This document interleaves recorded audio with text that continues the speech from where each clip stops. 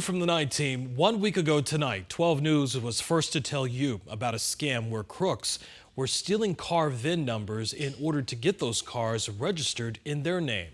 Tonight, we continue our series with talking with a former ADOT investigator on the best ways to protect yourself. And before heading out to that breaking news to cover the Diamond Fire, Team 12's Chase Golightly found out that this scam has been around for decades. Take a look.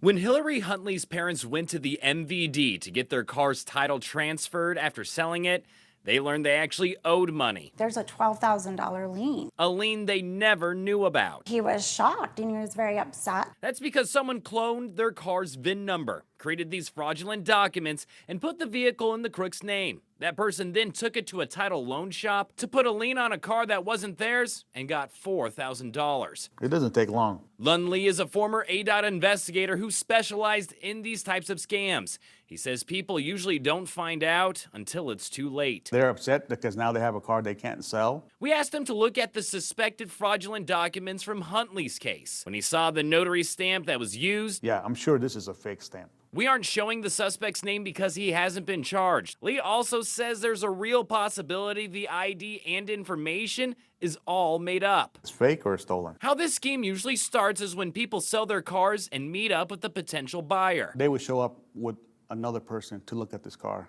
And when you're not looking and they're looking at the title, what they'll do is they will take a picture of the title. He says all scammers need are your name, VIN number, title, and a fake or stolen notary stamp. Once they have your information, they go home and they can fill all this out, forge it, stamp it, and be on their way.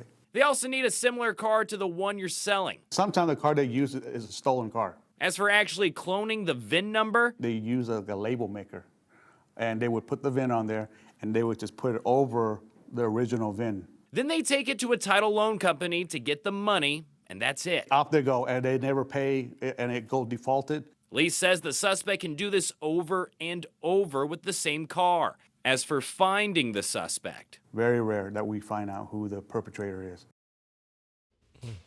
And Lee also says if someone is wanting to take a look at the car you're selling, be sure they aren't trying to take any photos. We have more safety tips at 12news.com.